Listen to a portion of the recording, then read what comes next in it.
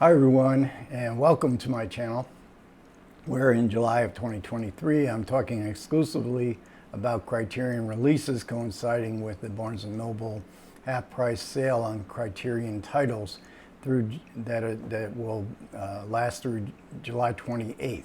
So I've talked about some classic titles in the collection I've never talked about before, but I'm also going to be talking about recent releases, the ones that I picked up in the sale. And this past Tuesday, 9:30, I was at my closest Barnes & Noble, and I picked up the highly anticipated After Hours in 4K UHD. It's a much anticipated movie directed by Martin Scorsese and starring Griffin Dunne and an absolutely great supporting cast. And this is a very unusual film for Scorsese. He was a director for hire here. It's from a screenplay by a graduate student named Joseph Minion. The original screenplay was called Lies. It's produced by Griffin Dunne, its star, and Amy Robinson and a third partner. They also produced Chilly Scenes of Winter, in which Griffin Dunne, seen on this great poster that is very meaningful towards the end of the film, also appeared in Chilly Scenes of Winter in a very small role. But previous to After Hours, Griffin Dunne had starred in An American Werewolf in London, so he was a star actor, at least for a little bit. And the story, the movie opens in an office. It's full of desks and people working by computers. This is an office of word processors, and Griffin Dunne playing a character called Paul Hackett. He's at a desk training a temp in the art of word processing. He looks bored, he looks distracted. After work, he has a chance encounter with a young woman in a restaurant. Marcy, played by Roseanne Arquette, and they develop a little bit of a flirtation. They both like the book that Griffin Dunne is reading. She gives him her phone number, and later that night, he calls her up.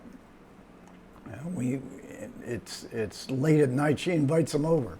Now he lives in 91st Street, uptown, but Marcy lives downtown in Soho. This is a whole different world than the kind of world that Paul Hackett has been living in. We get a distinct feeling that Paul we see no apparent girlfriend, and we get a feeling that he might in fact be a bit sexually frustrated. So he thinks he may be going, even though it's late at night and a long ways down Manhattan to an area which he knows nothing about, that he might get lucky. So he gets in a cab, and this is the proverbial yellow cab that in New York City. It speedily careens through traffic at top speed, and lets him off basically in the middle of nowhere. So it's a frightening trip up downtown to Soho, and Soho in this particular era in the 1980s was a desolate area. I walked through Soho in Tribeca, which is next door, a few years ago, and it's all totally different today. It's all gentrified with restaurants and fancy art galleries, antique galleries and such. And when he goes to see Marcy, she actually has a roommate called Kiki, played by Linda Fiorentino. She is a very scary looking S&M clothing. She's an architect. She's doing some crazy sculpture of a man in distress that Paul identifies as which is the Scream, only he misidentifies it as the Shriek. He's totally out of place down here in Soho.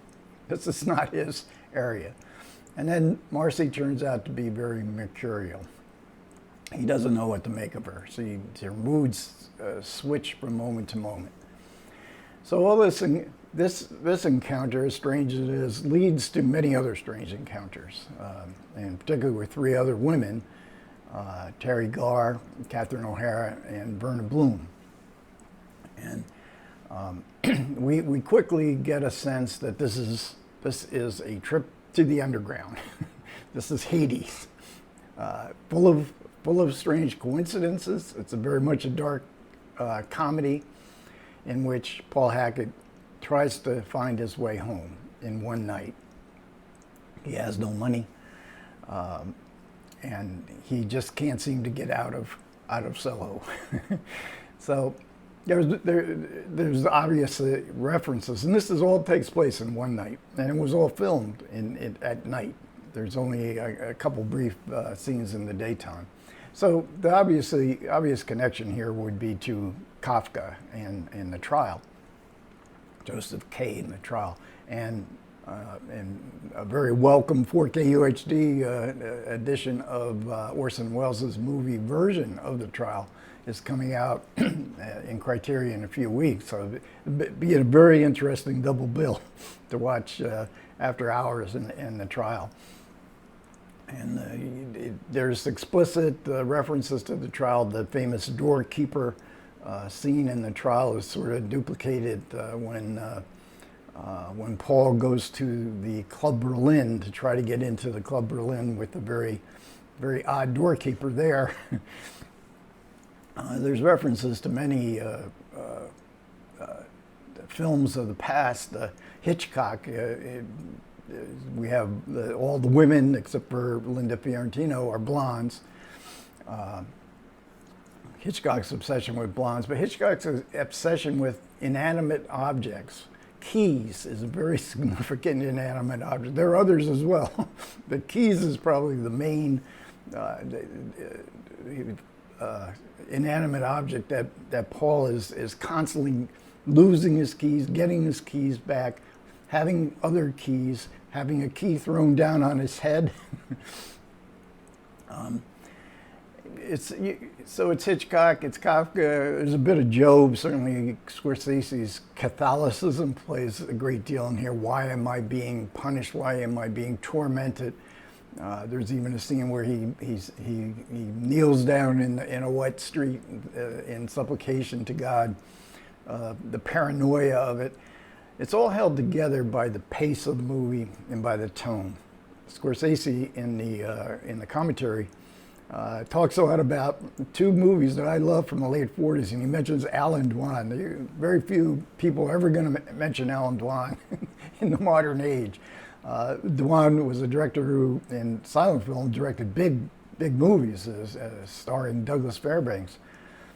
But there's two movies, Getting Gertie's Garter and Brewster's Millions, that have a similar kind of pace to it. And Scorsese loved the pace of those movies because they didn't make any sense, but they moved along so fast that you didn't really care. And especially in the coincidences, how could that happen? How can that happen? But when they come so quick and they're not dwelled upon, they become funny.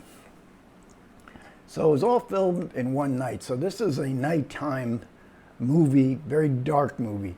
This is where Dolby Vision really comes in handy in these kind of dark scenes, because you don't miss a thing. And the cinematographer was Michael Bauhaus, and this was the first time that Scorsese worked with Bauhaus, who would go on to direct The Departed, Gangs of New York, Goodfellas. And as this was a low-budget movie, and they had to work fast, Bauhaus was perfect for this because he had worked with the great German director Rainer Werner Fassbinder. In fact, he made 16 films in 8 years with Fassbinder, who had minuscule budgets, worked really fast, was very demanding, much more demanding than Scorsese was. But Scorsese, who had worked on some Hollywood-type productions where you work much slower, you have a bigger budget, he was just amazed at Bauhaus and his crew and how fast they did so many setups, 14 setups a day they had to do. And this was only this was not a long, this did not have a long schedule like a typical Hollywood film. And the pace, the tone in particular is further enhanced by Howard Shore's music. Howard Shore, I think this is the first time Scorsese worked with Howard Shore as well. Shore had worked with David Cronenberg on many of his films up to that point. And Michael Bauhaus had photographed his first Hollywood film or American film was Baby It's You, directed by John Sayles. And the producing team, Griffin Dunn was one of the producers, Amy Robinson another. Amy Robinson had worked with Scorsese as an actress in Mean Streets, so she was a good friend of Scorsese's. And of course, they were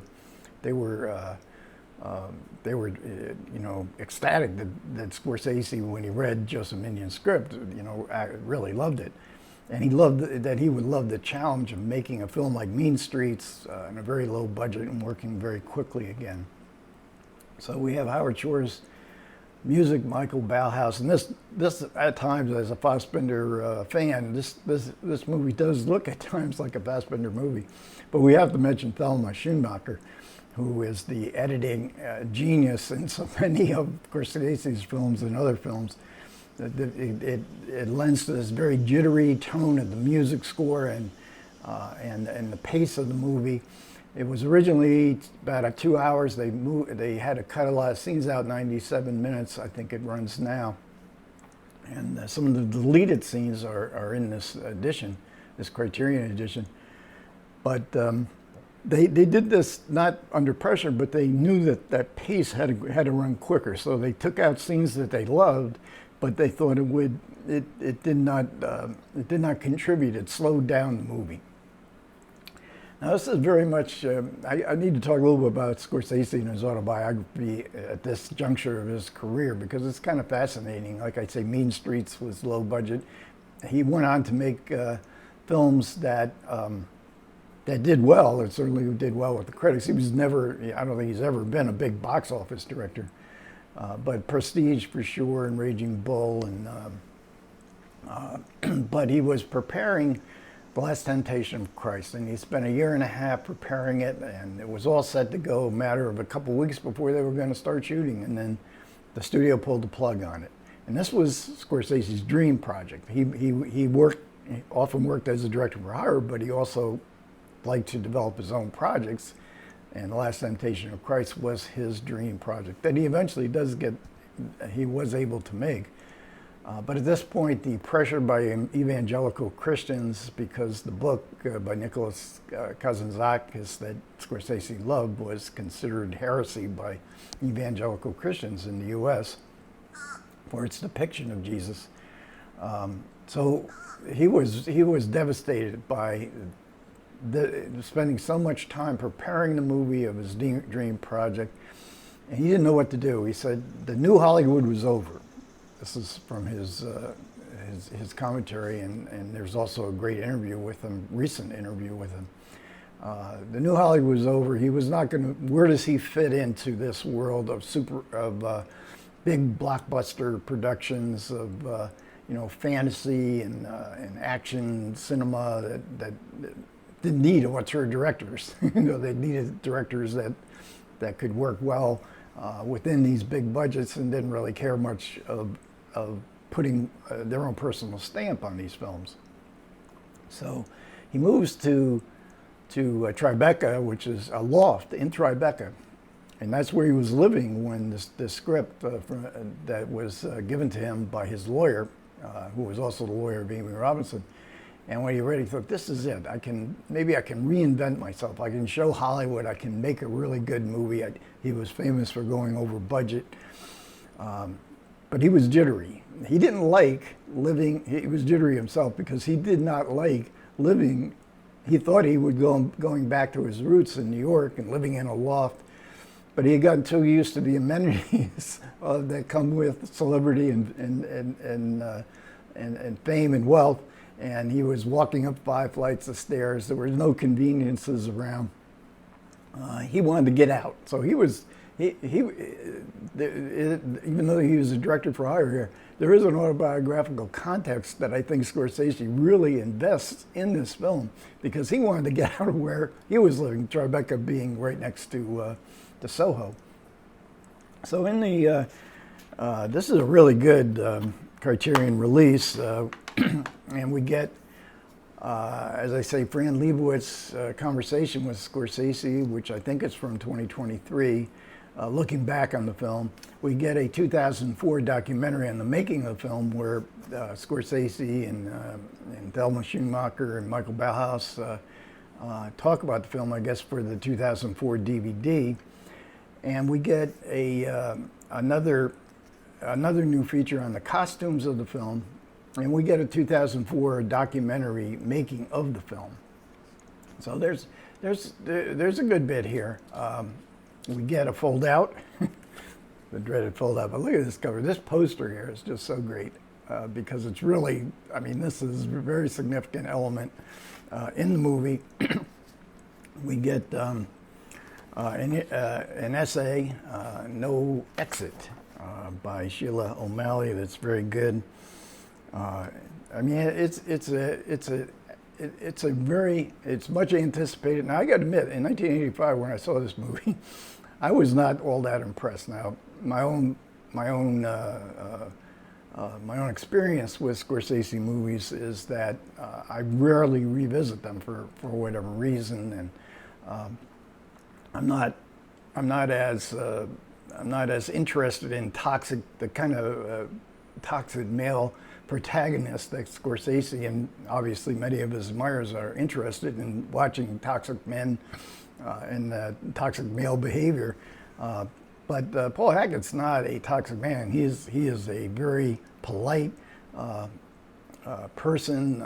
He does seem to care about what he's doing, but nevertheless, the toxic world around him is an experience that